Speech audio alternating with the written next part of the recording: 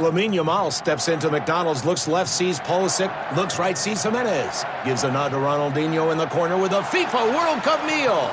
Ronaldinho sees Son in the booth. Son finds Beckham going for extra Big Mac sauce. He's got Davies at the table just behind him. Davies going for his collectible cup. But a steal by Henry, who pulls his own collectible cup. Collect one of 9 legendary cups with a FIFA World Cup meal. At participating McDonald's for a limited time while supplies last. All rights reserved. 2026 McDonald's at FIFA World Cup 2026. Are all batteries the same? That's like asking if all soccer players are the same. Take Messi, the most decorated player ever. Is there any other player who has achieved that? No, just him. Now take Duracell. Is there any other battery with power boost ingredients inside? No, just Duracell. Remember, goats only trust goats because they're built different. And Messi only trusts Duracell. Blowing ad budget on metrics that look great till the CFO sees them? That's bull spend. And marketers are calling it out in Dashboard Confessions. I remember telling my boss, it'll be good for the brand, when leads were slow. Yeah, it wasn't. Cut the bull spend. LinkedIn lets you target by company, job title, and more. Advertise on LinkedIn. Spend $250 on your first campaign and get a $250 credit. Go to linkedin.com/campaign. Terms and conditions apply. Pays checkout is offered by your banks and credit unions. So when you shop online at participating merchants, your cards appear in one place. Pays. It checks out. Activation required. See pays.com to learn more. Terms and conditions apply. Welcome back, everyone, to the Skating Penguin Network. It is Robbie here again. As always, it is the evening of Monday, June 29th, and we are now in the waning days of the month as we prepare for the beginning of July, the real start of summer, and of course, the 4th of July this weekend.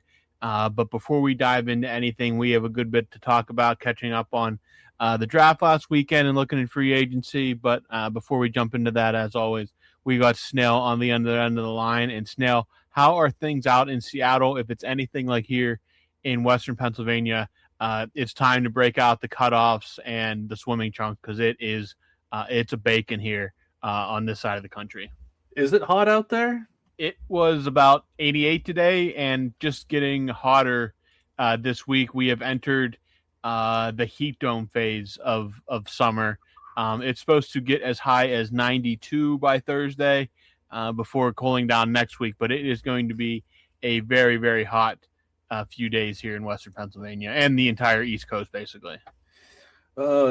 Let's see. This week out here in Seattle, the high will be 68 degrees. Oh, wow. With some overcast all week, maybe some showers in the evening. It's actually quite comfortable right now after kind of having a hot start to, let's call it false summer. Not quite real summer, but a false summer. And then, we're going through. People are upset out here, man. Like, I got buddies that aren't from Seattle I got a buddy who's from California and he's irate. He's like, what is going on with this? It's not like summer in the Northwest. This is a joke. Summer doesn't start until it's a crapshoot until the 5th, man. So don't worry. We're going to enter our heat dome phase inevitably. And, we got AC and whatnot, and the evenings never get too hot out here. It always cools down when the sun goes down because we don't really deal with that humidity factor that I know you guys out on the East Coast. I mean, you guys just melt your draws off at times, don't you, in the summertime if you don't have AC?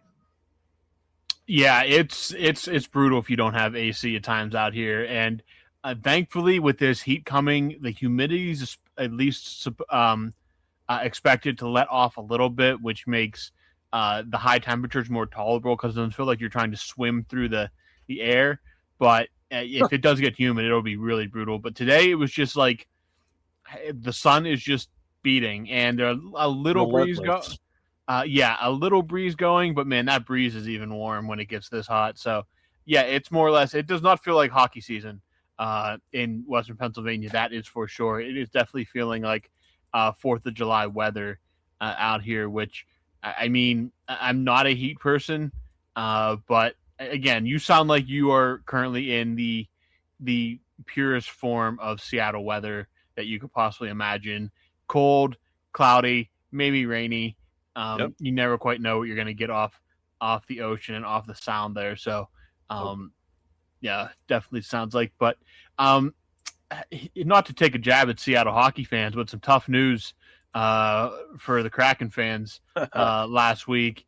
Sounded like they were in talks to acquire Jason Robertson from the Dallas Stars. They offered him $15 million a year for, I believe, 8 years, I think it was. And 8 years, $15 million. That's a lot of cash in your jeans. Yeah, that is good money if you can get it. And it sounded like he just gave them the declined. He just hit them with the old credit card declined message, because it does not sound like he wants to go to Seattle. And I think that is, if you're a Kraken fan, I think that has to sound some alarm bells. Oh, I mean, you think I'm shocked at this? For some reason, there's people out here, and I don't know if they're just new to hockey or if they're new to how the NHL works, or maybe how the league is transitioning maybe in just the last, let's say, post-COVID years where the salary cap's begun to go up. You've seen it in other sports if you follow. I'm not the biggest fan of them, but I follow sports pretty closely. And, you follow the NBA, the NFL. This is starting to turn into some drama that you'd hear in maybe those other leagues. But I'm not shocked at all. And does it stink? Yeah, because, I mean, I've got it right here, Robbie. I've got it right here. Long time. This is a thank you note from the startup group that was trying to get the NHL to Seattle. I donated. I was signing petitions at WHL games when I would go. I wanted the NHL back in Seattle. Like, it was 1919 when the last time they were here or something. But I've wanted them back, and it's been a slog to get this team up off the ground. And when you see, like, I've had my gripes with the team, and this isn't a Kraken podcast, so we don't need to go into it. But some people are shocked. They're like, they'd play on the moon for $15 million a year for 8 years. And I get that. But Jason Robertson, I mean, he's in the prime of his career. He's a 40 goal scorer. I mean, maybe he's a high 30s, low 40s goal scorer, American guy. And he's got a lot of good years in front of him, man. Great years in front of him. Maybe some of his best years in front of him. So when you look at that roster here in Seattle, Jared McCann, nice player. I wish he never left Pittsburgh. But are you hitching your wagon to a Matty Beniers who never came out of his sophomore slump and is entering year 3 of his sophomore slump? Are you hitching your wagon to a consensus first overall pick that dropped to 4 and has never really found his footing in the NHL, despite the patience that Ron Francis and the Kraken kind of gave him? I get it, man. It's a bummer to hear, but even as if I was in the NHL, a hometown kid, and I looked at that roster, I'd be weary about signing long-term with what they've kind of got cooking up out here in the Pacific Northwest. Kind of a gong show out here in the Pacific Northwest as far as hockey goes, man. Like, you got the Vancouver Canucks in a full rebuild. You've got the Kraken that have never really exited their sort of, I don't even know what you'd call it, their expansion years. They made the playoffs that one year, kind of had a magical run, and they've been kind of downhill ever since. It's funny out here, which is usually not the case. You got the Seattle Mariners barely hanging above 500. They're first in their division, and they're kind of the talk of the town. The Seahawks just came off a Super Bowl win, so I can't be too bummed, I guess. But yeah, the Mariners right now are the hottest ticket in town, and they're just hanging right above that 500 mark. So, classic Seattle sports going on right now. There's a reason that we have the reputation I think that we do across the country, but I don't know if you're Jason, when it comes to Jason Robertson, Panarin turned down $14 million for a couple years last year. If you're high in talent, you're just not hitching your wagon to whatever Seattle's selling. You know what I'm saying? I think they got a decent prospect pool. I know Berkeley Catton's kind of an up and coming good prospect. I think they picked him pretty high. Maybe it was last year, maybe the year before. They had a pretty good run in the Calder Cup playoffs. I think 2 years ago, the Firebirds did their AAA team. So I don't know. A lot of work needs to be done.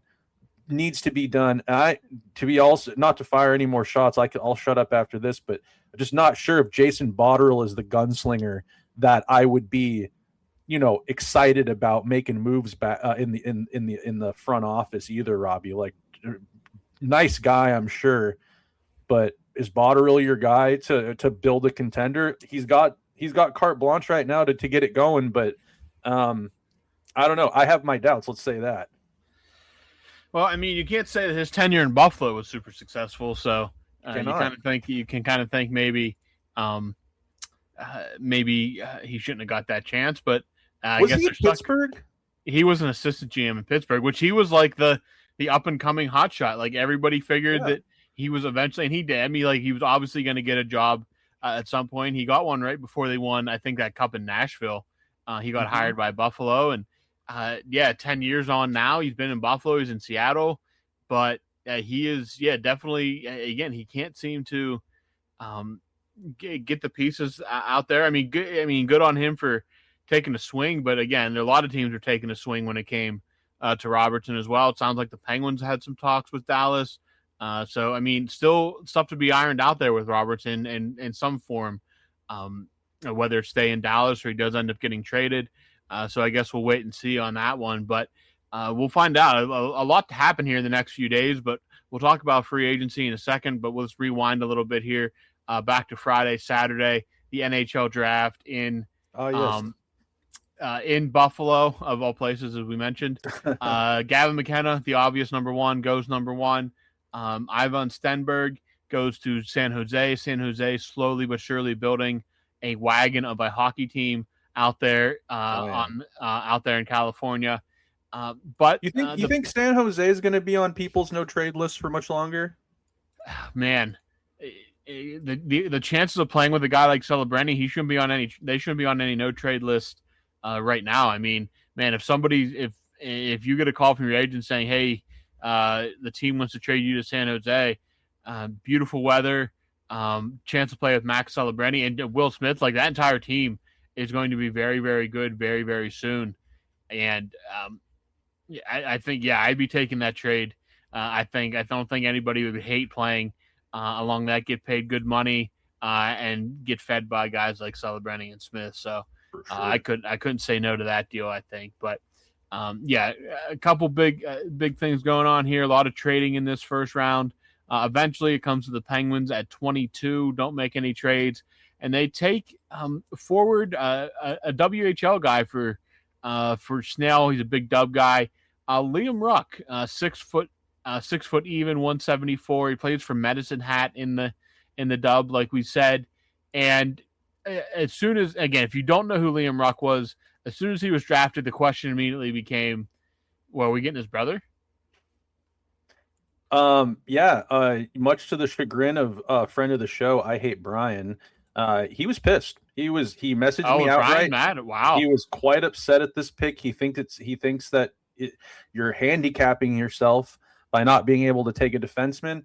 And maybe we need to have Brian on sometime, because he had some info on some of these picks that I was shocked by. I had no idea that he had done his due diligence and has been digging, and he was pissed they did not take who I think his last name was Blale, like a defenseman that ended up going later in the first while. I think, something like that. He was pissed we didn't pick him. Yeah.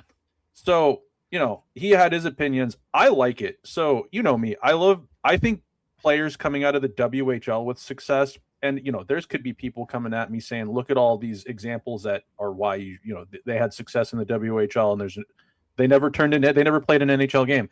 I like my players coming out of the WHL. Yeah. It's a harder travel schedule. The physicality is ramped up. You got people that are looking to take your head off, so you're ready for the physical contact that the NHL should still have in it. He had 104 points. I think he had 45 goals last year playing with his brother, who the Penguins did end up taking, and as we alluded to. Yeah. But I love this for the Penguins. I think he's from Vancouver, Pacific Northwest guy. I love that. Probably knows, if he's not buddies with, probably knows Ben Kindle, also known as Vancouver. You would have to assume that they're going to have some sort of connection, being from the West Coast. Maybe they train in the off season. Maybe they, and whatnot. You never know. I don't know. This is all speculation, but you know how the hockey players from their regions are tight knit when they go home for the summers. They typically all in their hometown regions train together and whatnot. So for that reason alone, I like it. And I mean, you look at the stats too. I mean, his brother's a good player. Marcus Ruck, I believe his name is, and we'll get to him in a second. But Marcus Ruck was projected to go into the second round. He's not a first round talent. He kind of needs his brother Liam to produce. I think that you take that chemistry, it's not the telepathic twins chemistry, but he shows signs of playmaking and scoring ability that you put him with any sort of competent player, it's probably going to result in a positive way on the ice. So I like it. I don't see too much downside on it, especially where they were picking at 22. I am curious, what was your reaction? And were you pissed like Brian? Were you happy with it? Were you afraid of maybe handicapping yourself with the pressure of needing to take Marcus Ruck? No, I think the only thing that really stuck out to me was I think they probably could have taken Ruck with the second round pick they had, because they made it pretty clear they wanted to play together. I think you maybe could have gotten a defenseman a little higher at 39 in the second round, maybe that. But again, you get the twins, you get Liam first, and then Marcus. And I'll be honest, after Ben Kindle and what that first round produced last year, what you looks like you're getting with Bill Zonin, I have a tough time doubting Wes Clark and that scouting department too much right now. I'm going to trust the process on this one. There was a couple guys in that again, when you're picking 22nd, a lot can happen. Stuff you can't control. You kind of just got to take what falls into your lap. And I don't follow the ins and outs of scouting and the draft all that much. I kind of just watch for some names to possibly be familiar with. Ryan Lynn, who was taken one pick before the Penguins, was a name that I was looking out for. But I did hear the Ruck name tossed around a little bit in the weeks leading up, and basically talking about that twin connection is real. Like, that is not made up. Obviously, the ceiling is being as good as Henrik and Daniel Sedin, which again, that is, I mean, you're hitting more than a home run if that's what it turned out to be, obviously. But these two kids, these two brothers, again, good luck telling them apart if they ever do both make the Penguins. That is for sure. But they're going to go back to Medicine Hat for this season, and then they've already committed to North Dakota for the 27 season. So, it's going to be a little bit of – this was definitely more of a looking forward kind of pick. But, again, Ben Kindle kind of exploded out of nowhere too, so I guess you can't write anything off. But all in all, again, you got to keep stocking the cabinet, and I think they did, again, a pretty good job of this. And it's just more or less – it's going to take patience and time, and nobody really knows. It's a best guess at this point. But hey, I know Liam, at the very least, they said he has one of the best shots you can possibly imagine.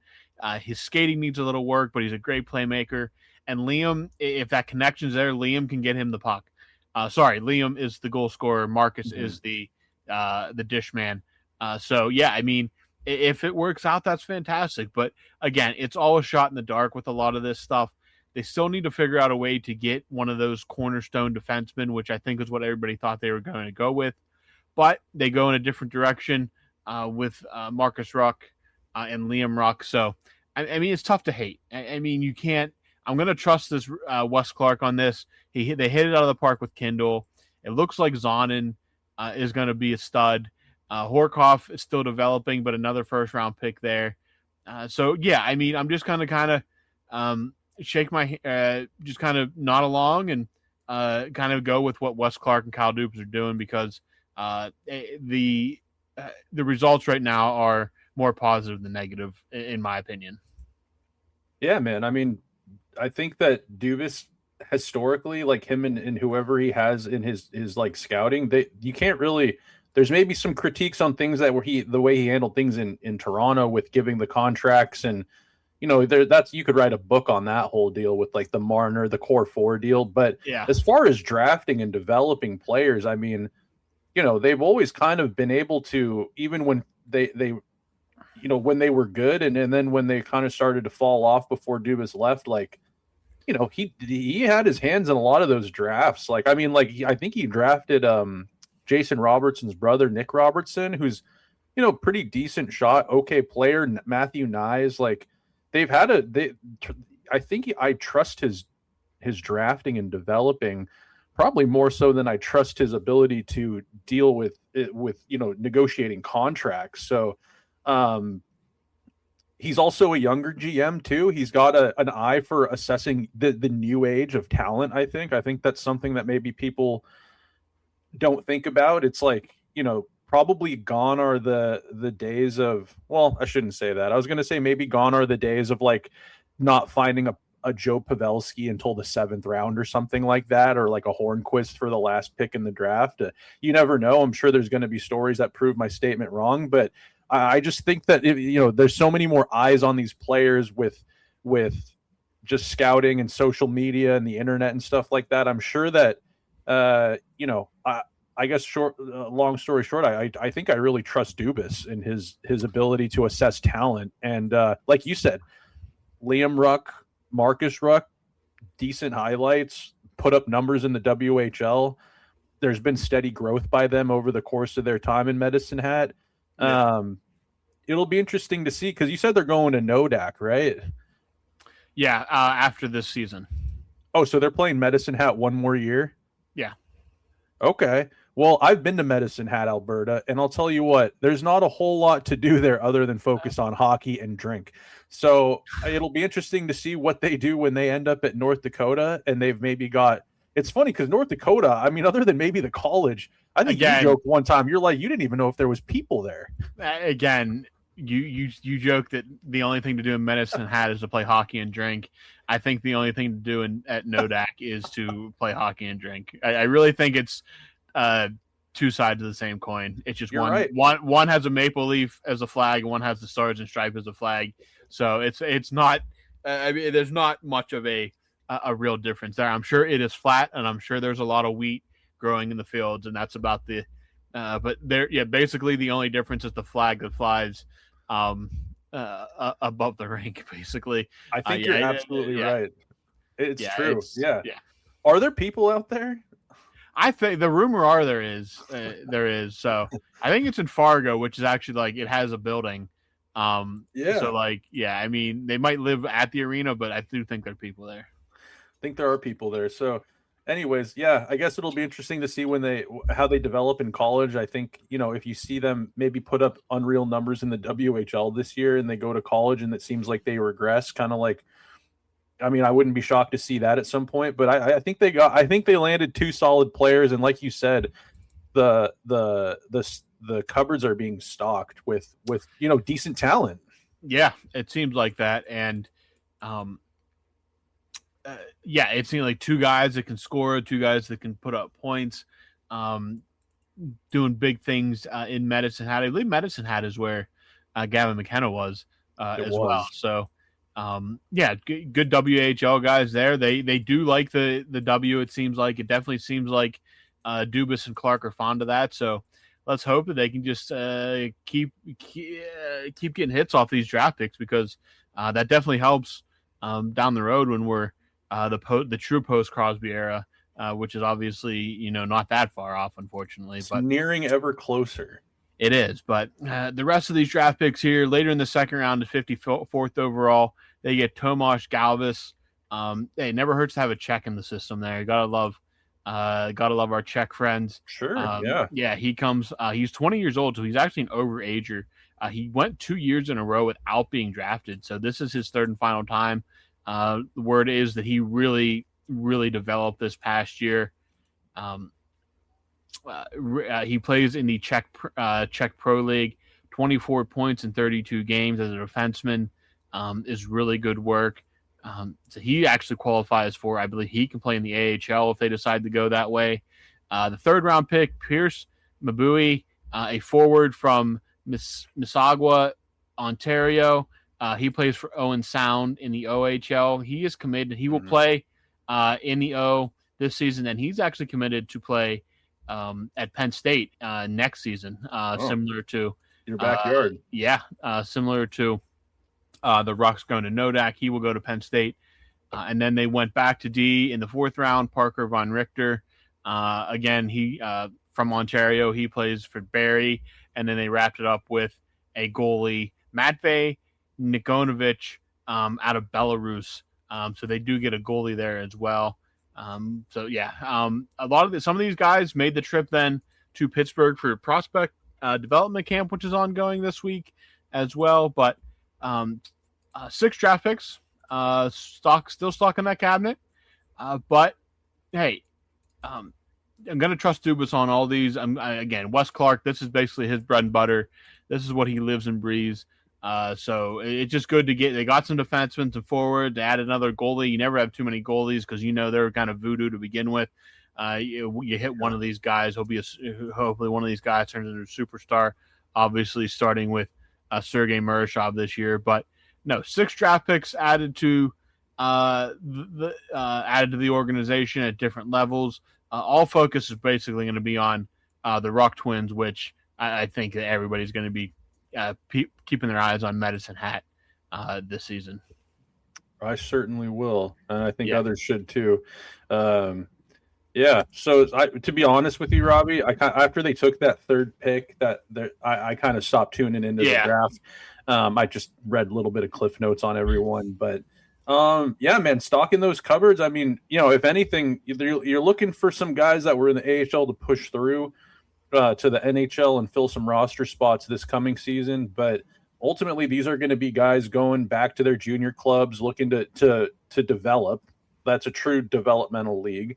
And then then I was just here. The reason I state that is because I know a lot of people, and I talked, even Brian said he had to cool his jets a bit. The Penguins are building for the future. They are not looking to contend right now. And as Penguin fans, success has come early and often with the Sidney Crosby era. And, if you go back to the 90s, even the Lemieux era, Dubas is trying to cook, man. He's trying to build something that, I think not just a steady roster of young, good players that can make an impact, but probably a culture as well. If Sid's going to leave anything behind, it's going to be a legacy of hard work. And he's looking to build I think a hard working hockey culture here, a place where you can plug and play young players that play the right way. And, it's not like it's mind blowing stuff that I'm saying here, but I think that's something that at times, the Penguins have not had. They've been chasing cups. They've been trading first rounders. They've been looking for high end skill, maybe older guys, veterans, but I think we're starting to see the page turn, and it's they're not looking to win the cup this coming year. You're looking to have these guys continue to develop, keep the AHL team good and relevant. If you got a healthy farm system, injuries and stuff become less of a stressor. You can play young guys that can buy into a system and help you win games, basically, is the name of the game here. So good stuff, I think, out of Dubas and the Penguins, and nothing to really complain about. You're picking 22nd overall. I mean, you had a decent season, you made the playoffs, and I think getting a guy and maybe even just the buzz kind of around the Ruck Twins is a huge win, I think. This episode is brought to you by State Farm. Listening to this podcast instead of doom scrolling? Smart move. Another smart move? Getting help from one of State Farm's 19,000 local agents when you choose to bundle home and auto. Bundling, just another way to save with the Personal Price Plan. Prices are based on rating plans that vary by state. Coverage options are selected by the customer. Availability, amount of discounts and savings, and eligibility vary by state. Could AI help you do more of what you love? Workday is the AI platform for HR and finance that actually knows your business. We help you handle the have to-dos so you can focus on the can't wait to-dos. It's a new Workday. This is going to be an extremely busy month. I have to watch 104 soccer games, follow the pregame, the postgame, yell useless opinions at the TV. It's a lot. So I knew that when it comes to screening for colon cancer, the choice was clear. The Cologuard Plus test. It can be used at home and can only take 15 minutes, so I can do it during halftime and not miss any action. If you are 45 or older and at average risk, ask your healthcare provider about screening for colon cancer with the Cologuard test. You can also request a prescription at Cologuard.com. I wrote a little song to remind you, Choice Hotels get you more of the experiences you value. The Cambria Hotel's got it all. A rooftop bar, have a ball. Bring a date, your squad, or even your mom. Book direct at choicehotels.com. Yeah, just that entire storyline is good. It's good to sell to fans. gives them an easy like identifiable like prospects hey, we're gonna look at not only one but we have two here. I think it's a good story, it's a good sell, and something for fans to certainly keep an eye on here in these next few years. And they're going to need something to obviously keep an eye on outside of the Penguins, who now shift their attention to free agency. And I don't know who is a free agent right now because Alex Tuch was supposed to be the big name, but he did a sign and trade with the Washington Capitals. He is there long term. The Capitals also got Jordan Kyrou. So they're building a pretty solid team there. No word on Alex Andrew Ovechkin yet. It sounds like we're gonna have to wait until after the first to get any kind of final decision on his part or announcement of a decision, one or the other. As for the Penguins, it's going to be I think it's going to come down to a trade. Maybe they find a way to make the Robertson stuff work because I mean the pool of unrestricted free agents it's not good. No, it's not. It's definitely got your middle six guys, maybe even not middle six, maybe your bottom six type of forwards, maybe some guys who are aging out of the league.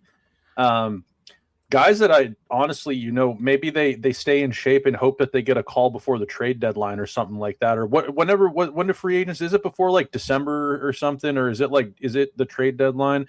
Maybe some guys that if teams get some injuries, they'll get some phone calls, but nothing I'd be looking to spend any sort of asset on, especially where the Penguins are at right now.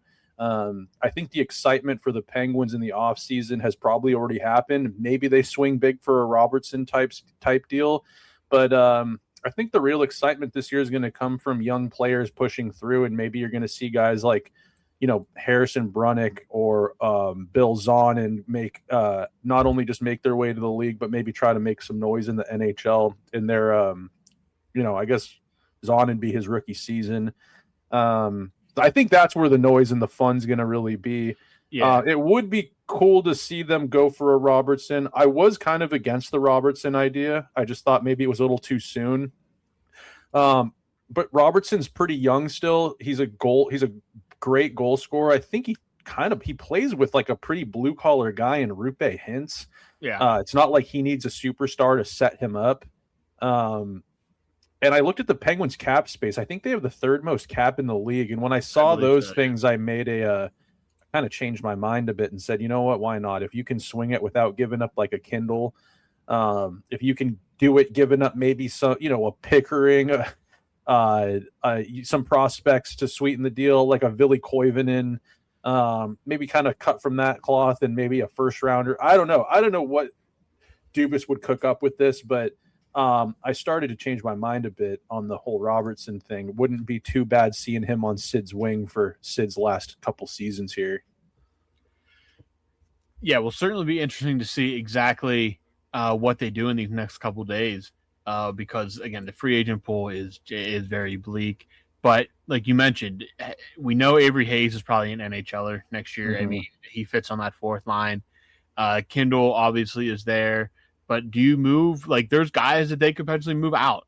Tommy Novak is a name I've seen mentioned. Obviously, they've reportedly been taking calls on Russ and Raquel, but they've been doing that for quite a while now.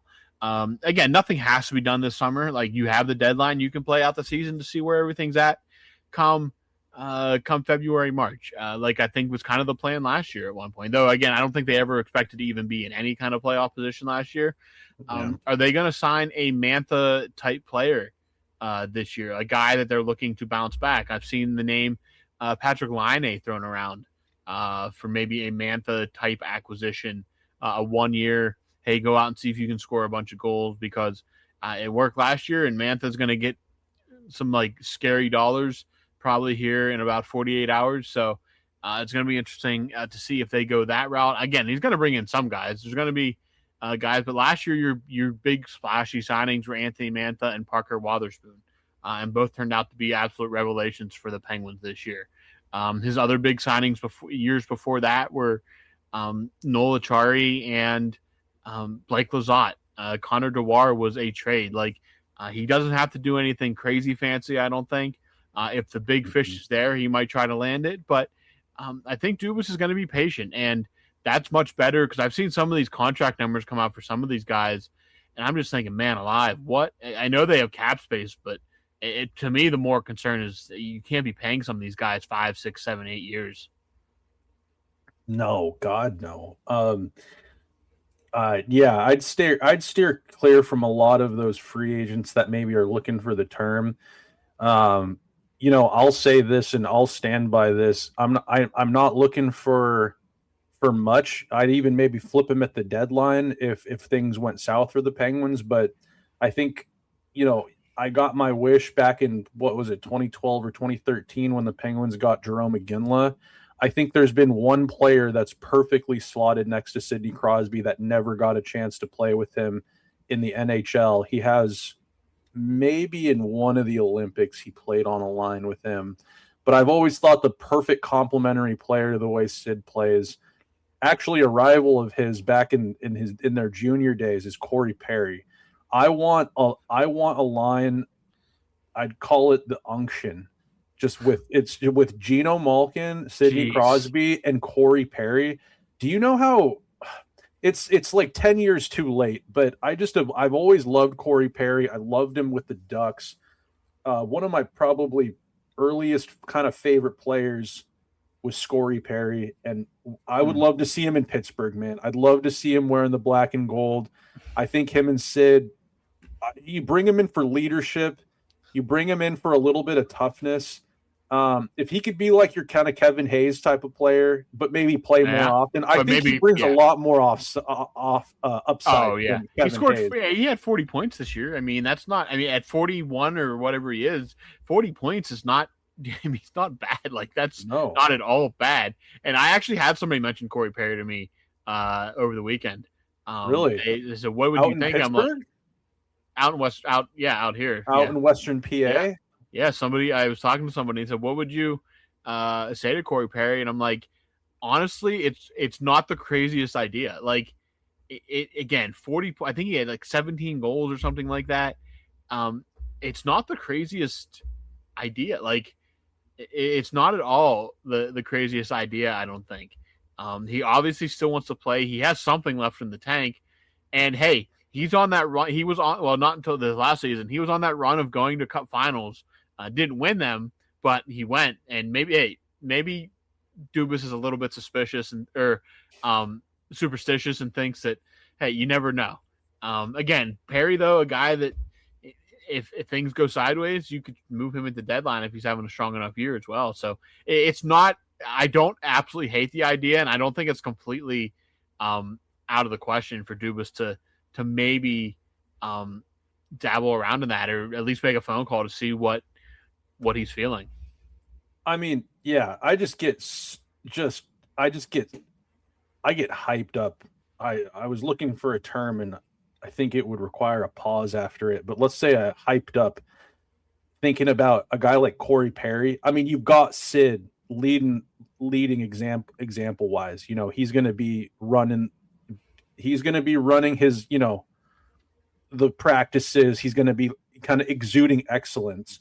But you get a guy like Avery Hayes or Bill Zonin, kind of guys that are maybe a little pesky, maybe a little round the net guys, and you bring in Corey Perry and he shows him a few tricks of the trade around the net, maybe kind of instills a little bit of that Corey Perry pest in them, kind of shows them, hey, these are kind of, this is the art of sticking guys without getting called. If, this is how you fight.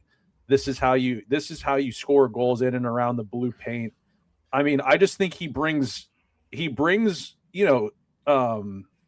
leadership. He brings just so much experience.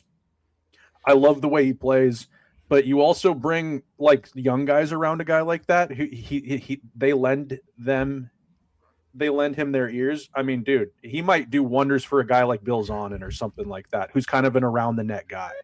That's a fair point, but just imagine a line that's centered by Ben Kindle, all 19 years old of him, and on each side is on one side is Evgeny Malkin, on the other side is Corey Perry. I just think that's a really funny visual. That is a hilarious visual. I mean, two Hall of Famers, and also two guys that, I mean, don't touch Ben Kindle, because those guys they're good with stick work. Yeah. Yeah, I mean, a guy like Zonin and Perry would be like that is a great comparable because Zonin has that kind of game to him. So yeah, I mean, you don't know. I again, it was not the craziest idea that I've ever heard. Bringing in Corey Perry. Again, not saying it'll happen. Not saying there's any mutual interest whatsoever, but to me, not the craziest idea I've heard. Yeah. I don't know. But I like the idea of Perry a lot, and God, I want to say there was another guy in free agency that his name was bandied about, but it's escaping me after I got too excited about Corey Perry. But yeah, man, I don't know. It's going to be interesting to see because July 1's approaching and a lot of tidy work's already been done. Yeah, I mean, I'm just looking here right quick about some names out there.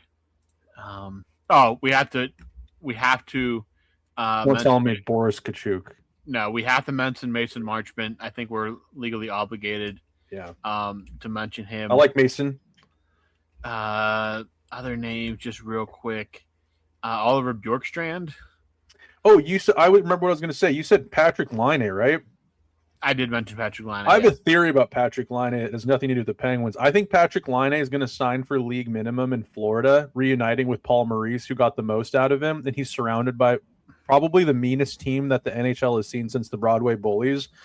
And him and Sasha Barkov, both Finns. Sasha Barkov is going to show him how to play a little defense and get open. And Patrick Laine is going to score like 45 goals this year. I mean, in Florida, they have some kind of weird magic juice for some of these guys. So it would not surprise me if he goes there and scores like 45 for absolutely no reason. I think Magellan was looking for it, and the Panthers actually found it. Bill Zito found it. Yeah, he's just not telling anyone. Yeah, exactly. One other name that it's intriguing. I don't know what the likelihood is of it, but Vladdy Tarasenko. Oh God, dude, I'm such a sucker for these like 2010s guys, man. Like Tarasenko, cover of NHL. What was that? 14, 13, something like that. Yeah, 12 maybe. God, I like Tarasenko. He didn't have a bad year either. No, he had about 45 points, and he had good power play numbers too. God, him and Chinikov and Gino on a line. If Gino plays center again, I like it, but. It's like I'm trying to be realistic of who's on this roster that needs opportunity, but maybe I'd sniff around on it if he's healthy. Yeah, I like that. It's gonna be interesting to kind of see, but that's all I really got for now, man. I don't know if you have anything else to add on here or anything, but that's all. We touched on the draft, touch on free agency, and kind of let the chips fall as they may. Well, let's see. July 1st is in how many days? Is there a 31st of June? No, 30th. It's literally like tomorrow, Tuesday, and then Wednesday is the July 1st. I don't know, man. I'm assuming there's going to be some lackluster stuff going on, but I think we'll be surprised, and we'll probably get at least one or two things that are, chat worthy. The Penguins don't have any. Or they qualified Chinikov, correct? They qualified a handful of guys, Chinikov being the biggest name of the group. It was Chinikov, David Gustafson, who they actually just acquired today in exchange for Jack St. Ivany from Winnipeg. I love that Jack St. Ivany guy, man. Yeah. I thought he had some upside. Ville Koivunen, Hendrix Lapierre, who they traded for last week, Alex Alexiev, who I believe is heading overseas, Joel Blomqvist, and Arthur Shilov, which were expected as well. Interesting. I don't know what's up with this David Gustafson dude. Is he just going to kind of be an AHLer? It sounds like he played like every game in the AHL last year. I don't know. Giving up, I get it. There's not a ton of space on the right there, but I'm bummed to see our guy Jack St. Ivany, big number 3, head up north of the border there. He's an LA guy. He's from LA. He's probably pretty bummed. Yeah, going to Winnipeg for the year. Yep. Other than that, yeah. But sorry, what were you going to say? I mean, gave it his all, but again, the log jam. It's tough to break through in that top 6 of the Penguins when like 4 spots are like already handed out. So, you think Brunick's gonna be an NHLer next year? I think he's gonna push for it. I think going back to the juniors and then playing in the AHL playoffs, it really helped him. So I think that you're definitely going to see Harrison Bronick, maybe not right out of camp, but I'd say at some point he's going to be in Pittsburgh on a permanent basis. Okay. I'd like to see that. I'd like to see that, but I mean, something's got to happen. I'm still, I don't want to say gambling on it because the odds aren't great, but yeah, I think Letang's probably they're going to do something with Letang. It's going to be interesting these next few days. I don't know what there is to do, what avenues they have, but yeah, I guess we'll see. We'll see. Other than that, Robbie, that's all I got, man. We'll have to chat after July 1. Yeah, we will chat after July 1 when the Penguins we'll see what the Penguins do. We'll see what the NHL does. We'll see if there's any big trades. Again, not a ton of big signings to be made because those names all got signed up. But yeah, the Penguins, they draft 6 guys, including the Twins, the Ruck Twins, Liam and Marcus. Those will be the big names, the headliners from this draft to pay attention on here going forward. But yeah, excited for July 1st. Always a big day. Yep. And then it gets a little slow. Then we'll have to get into some of our topics that we put on the back burner for a while. But once that comes, we'll keep getting you guys content. But Snail and I will be back here maybe later in the week to talk about what the Penguins did in free agency. But until then, for Snail, I'm Robbie. You guys have a good rest of your week. If we don't talk to you before Saturday, have a safe and happy 4th. Keep all your fingers. Yeah, please keep all your fingers, all your toes, all your eyes, mouth, lips, nose. I saw something on the internet said for a handful of people, this is their last week with 10 fingers. Well, after this week, they won't have a handful either. So with that, on that note, we'll let you guys go. You guys have a safe holiday if we don't talk to you before then. But in the meantime, stay cool and enjoy your holiday.